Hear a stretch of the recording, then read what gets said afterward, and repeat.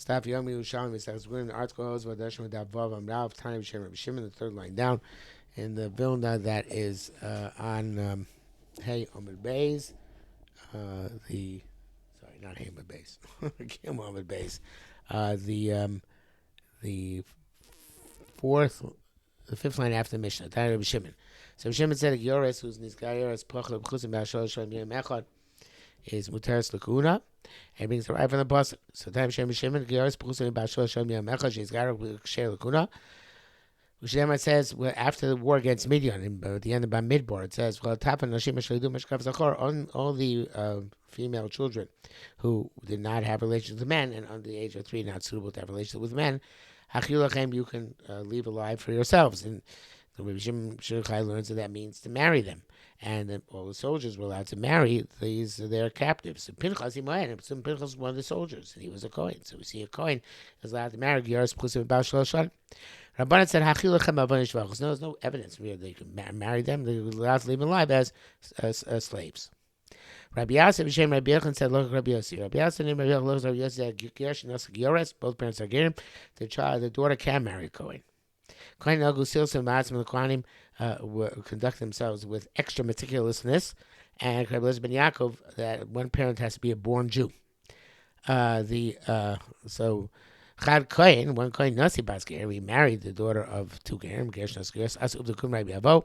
The story came in front of the episode came in Rabbi Avo, and the Arbe of Sapslo. He laid him down a bench to give him Malchus. Amar le Rabibi said, Lochen Alphon Rabbi Aloch Rabbi Yossi. Didn't you teach us that Loch Rabbi Yossi? Amar le, so he said, Count of Lo, Kohanim Nogu, was still Sabat Rabbi Yaakov. True, but they having the Kohen conduct themselves with this higher degree of meticulousness like Rabbi Yaakov. Amar le, so he said, well, Minog Leikin? We give Malchus on a Minog, just because they're like still Sabat, and we give Malchus on that? Amar le, in,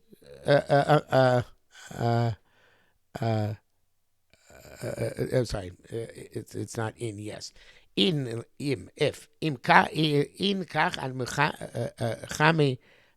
If this is the if this is the way you see it, then obviously, so can make him appease him on my behalf, and I will lift him up and let him go. Not going to be a Malchus. I mean, the Kaime once when the Kohen stood up and was not, they got the Malchus, and obviously he got some form of apology. Amar Le, so the Kohen said to Rabbi Avo, Ani mutarba. Since this quite literally the flogging belt has been loosened, so then I'm mutter. I can remain married to her, which in fact is the halacha. The halacha is the chatchila. We baskin Cohen should not marry the daughter of a ger and a geras, but with the evidence they did get married, they can stay married. Rabbi Yaakov Barishia said, there is a story with a family in the south. That people, the story is brought down evidently in the Bavli of Vomas, and Yerushalmi, a couple of places. So there's a family of Kohanim in the south that the people were complaining about them. They were complaining about them that they were gay and mixed up into the family. V'shach Rebbe is Rabbi Ruminus. Rebbe sent his Talmud, Rabbi Ruminus, to the book of check him out. And he found that the grandmother of this Kohenes was Megayer. Was Megayer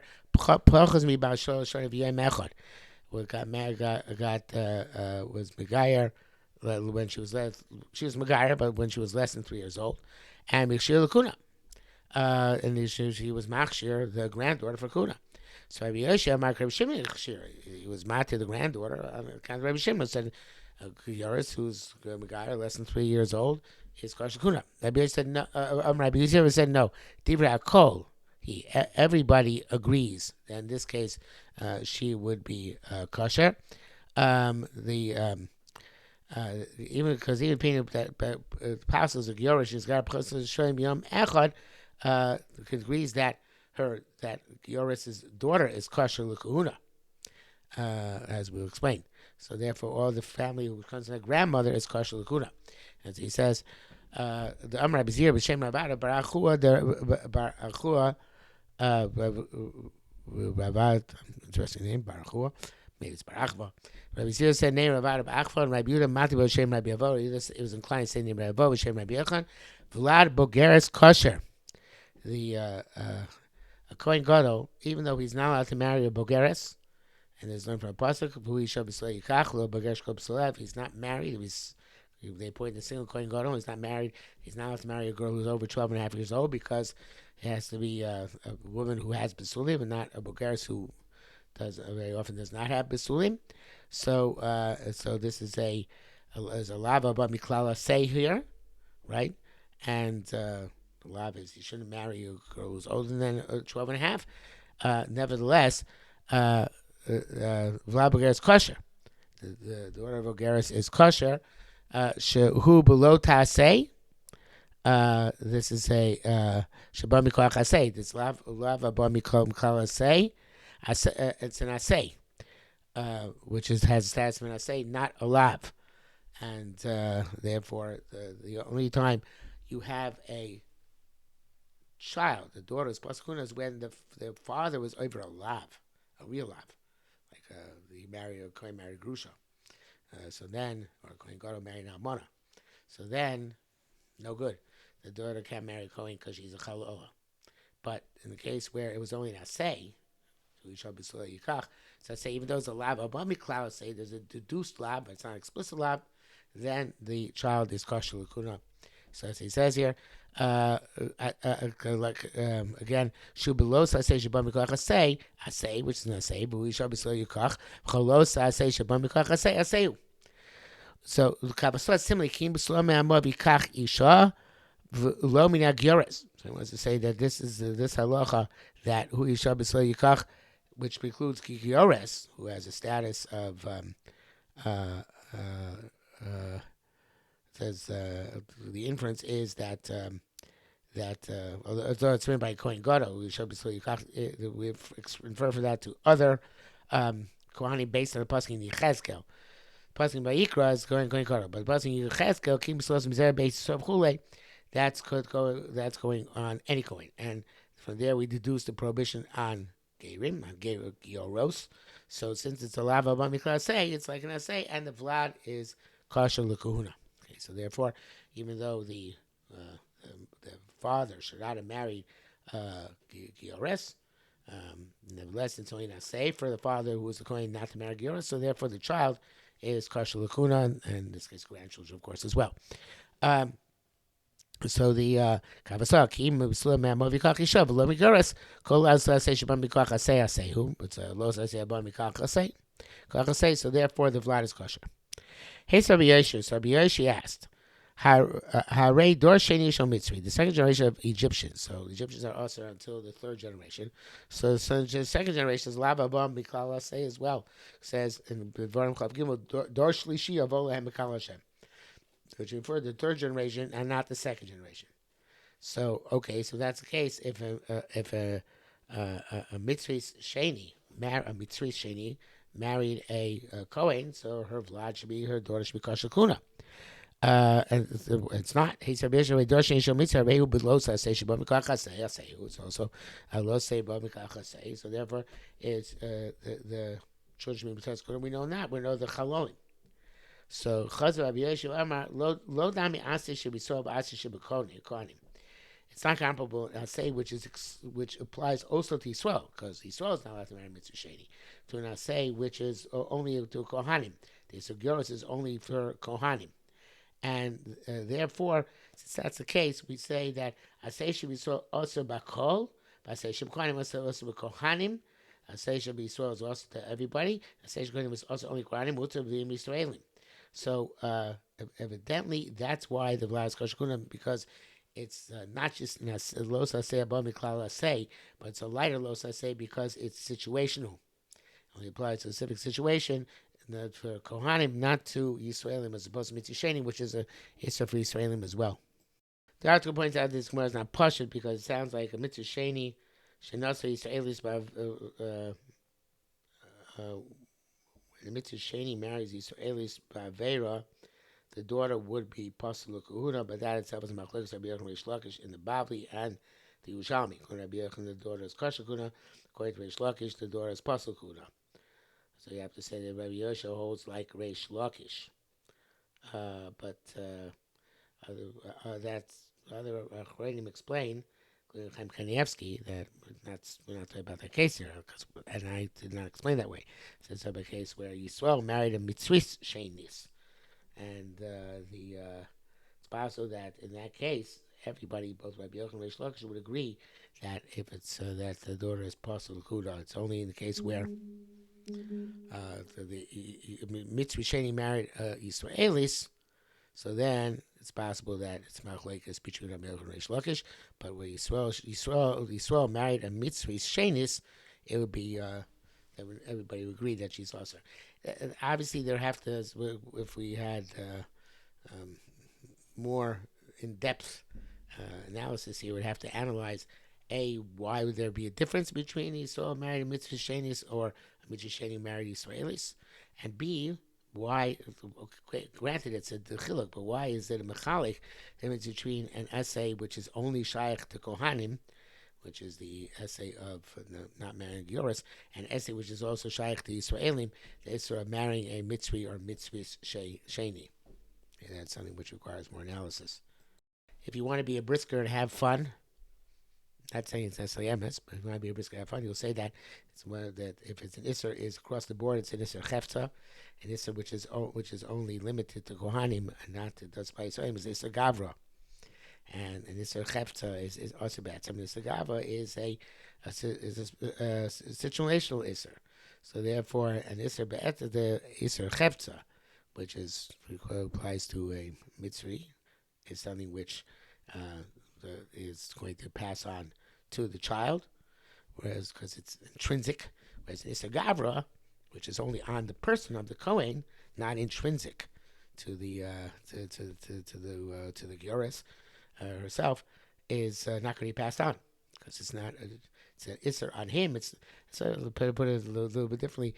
One is in the genetic, in the DNA, so to speak, that she is that the mitzvah sheni is it's because in the chefetz the DNA can be passed down.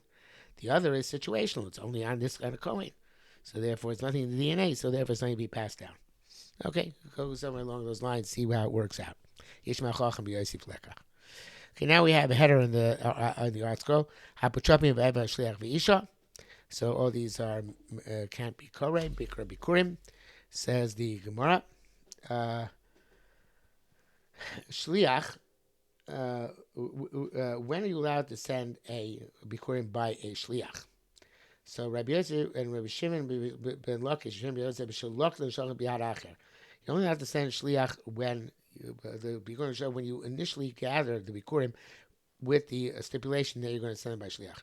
I'm who, but if he initially gathered them to bring them on his own to Yerushalayim, he cannot send them with another person.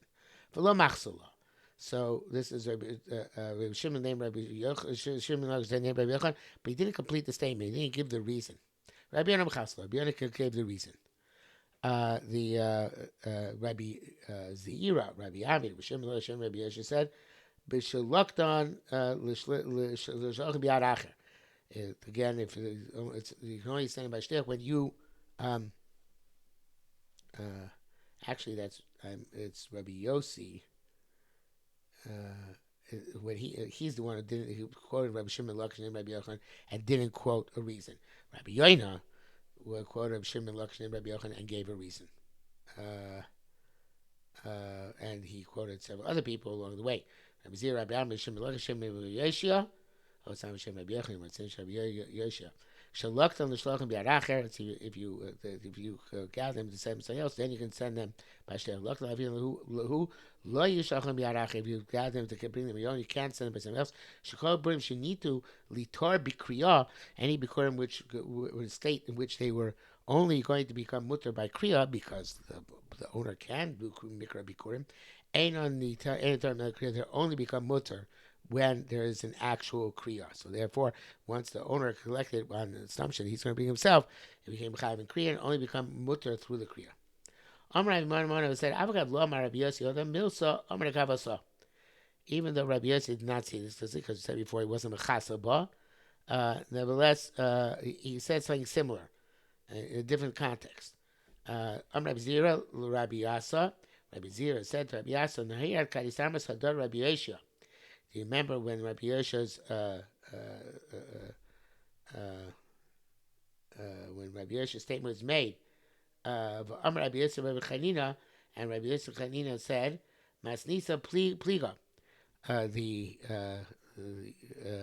Mishnah later on in Halacha Zayin seems to argue. It says when somebody says Bikurim, and then he sold his field, since he can't say Asher Nasatali because the field is not his, he can bring without kriya. Even though at the time they gathered them, they were near the kriya, and therefore they should only be mutzah b'kriya. So, maybe in a curry. How could that be? It was near to be mutzah b'kriya, so it should only become mutzah b'kriya. Kiminua, we explained, Shenosan Daito, it says here limsor, but obviously everybody changed it to limkor mishar rishonim. We had in mind to sell, so that's a similar halacha. We had in mind initially to sell, so then you actually he can bring later on without actually reading Mikra Bikurim because he had in mind the Chatchila to put himself in that situation. But so then we learn Yavash. It says Elon, but most of the version change it to Amayan. Yavash Amayan Niktas Elon. Later on, Loch above it says, even though at the time of Afrasha it was suitable for Kriya, then the spring in the field goes dry, or the tree gets cut down, you can't bring bikurim because no longer the field no longer can produce fruit. So you can't do mikra bikurim. You have to bring it. So it says you do bring the bikurim, but you don't do mikra bikurim. Again, how could that work if at the time you harvested you had a fertile field? The fact that now it's not fertile, okay, that means you can't read the Mikra Bikurim, but your Bikurim should remain also, because near the Kriya B'Shar Rishayna. So, where it says, Odi B'Yavish Misha Rishayna. Okay, so it's about there where it was already dry at the time when you harvested it. You harvested Bikurim off a dry tree or of a tree which had been chopped down, or off a place where the spring had got stopped up, and therefore it was never right for kriya, and that's why the kriya is not ma'akev. Okay, the Gemara goes on about whether kriya is ma'akev, but we're already on the top of Zayin Amud Aleph, and it was a long day today, so we will stop here for today and deal with the question whether kriya is ma'akev tomorrow. Mir Hashem.